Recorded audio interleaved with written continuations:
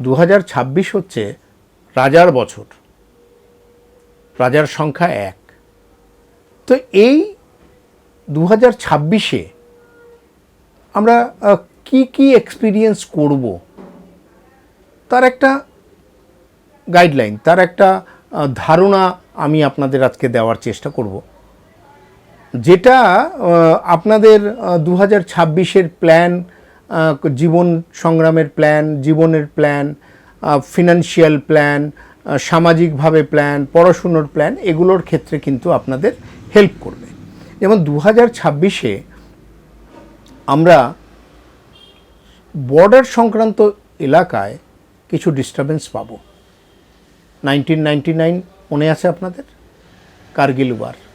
2017 মনে আছে, ডোকলামে চীনের সাথে আমাদের ঝামেলা। সুতরাং এবছরেও পুরো বছর ধরেই কোনো না কোনো বর্ডার এরিয়াতে কোনো না কোনো সমস্যায় কিন্তু আমাদের ভারতবর্ষ যুক্ত থাকবে।